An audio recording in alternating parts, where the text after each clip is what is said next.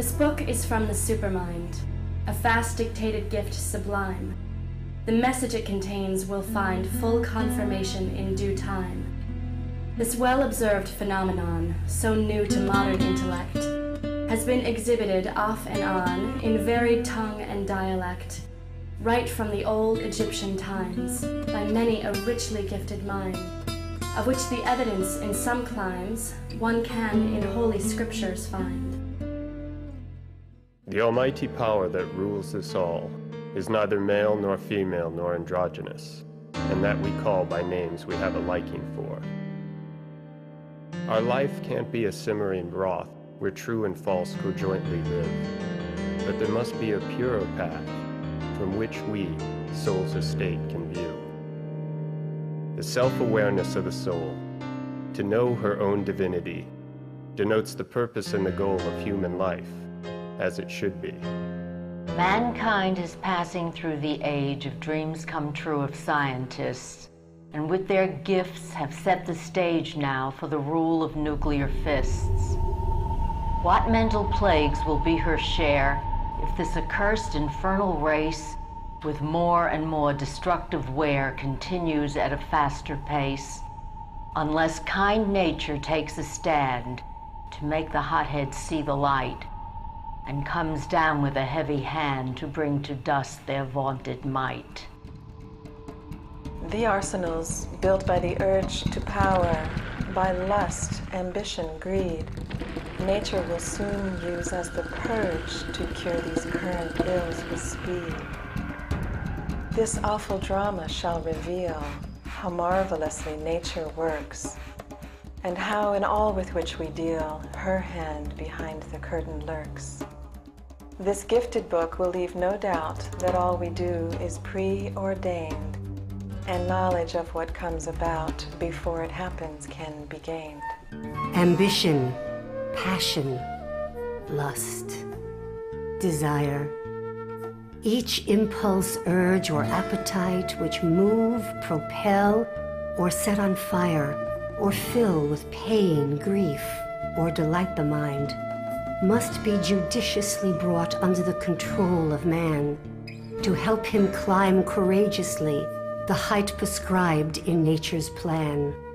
Knowledge, entirely in the dark, about this crown of human life, must soon a new course embark to clear the erroneous notions rife. Hence this inspired direction came to guide humanity aright. As dogma has made knowledge lame, bias and hubris weak in sight, so he cannot discern the path which nature for man has aligned. His cooks too many spoil the broth, more so when some are lame, some blind. That is why revelations come to set the wrongs of knowledge right, to muffle his loud beating drum and bring his faults and fibs to light.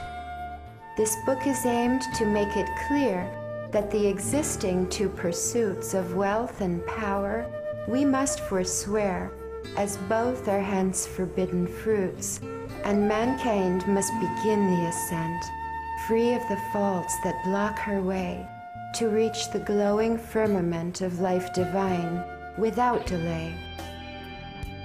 A new world order must emerge that has no room for rivalry, where all attention would converge on friendship, love, and harmony, where every human flower must receive the thought and care it needs to bloom divinely in full trust that there are no encroaching weeds.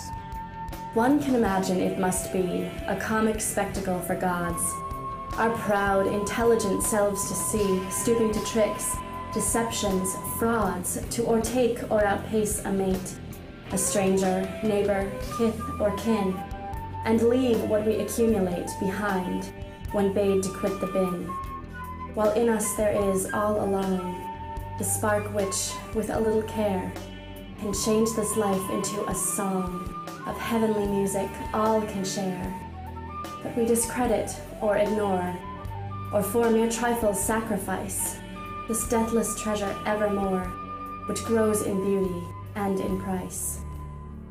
There might be many who will try to pick some hole or find some fault in this book, but in vain their cry, as coming storms the attacks will halt.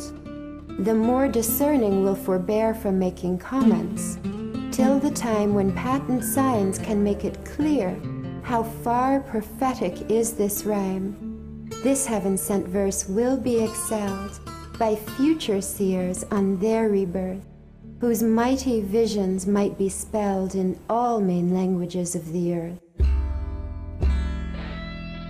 Devote 1 short hour every day to serve your Maker and your Lord. Do worship, meditate, or pray, or sow some seeds of good abroad.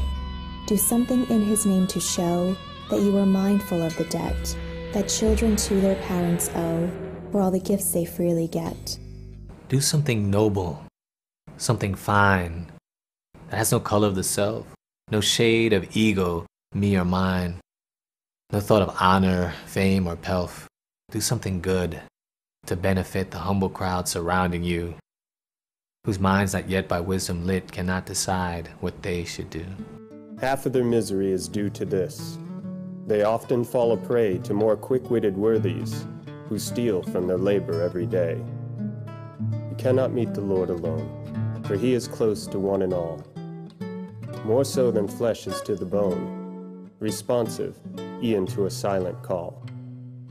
The Lord of this creation, God of countless planets, suns, and moons, does not stand in need of our laud to shower on us His priceless boons. Can you expect an earthly king to leave his throne and come to you, if you all day His praises sing unless you something special do, to merit notice of the height of your fame for achievements won, for great discoveries made, or light of knowledge shed, or service done? The applause for meritorious deeds does not resound on earth alone, but its accumulated seeds are in the soil of future sown. What on the earth we think or do, believing we are free to act, comes from the cosmic mind, which too has its own universe, in fact. The error lies in holding that mind has no province of its own, the creed of those who, like a bat, to darkness have accustomed grown. The glory of the midday sun is never open to their view. His splendor their weak senses shun, and hence they in delusion live.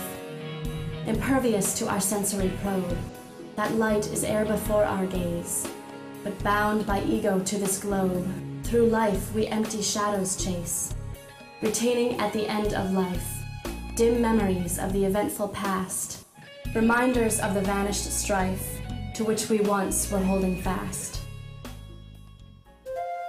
Ask of a soldier bent with age, who has the bloodiest combat seen, where's now the fighting and the stage on which he had an actor been?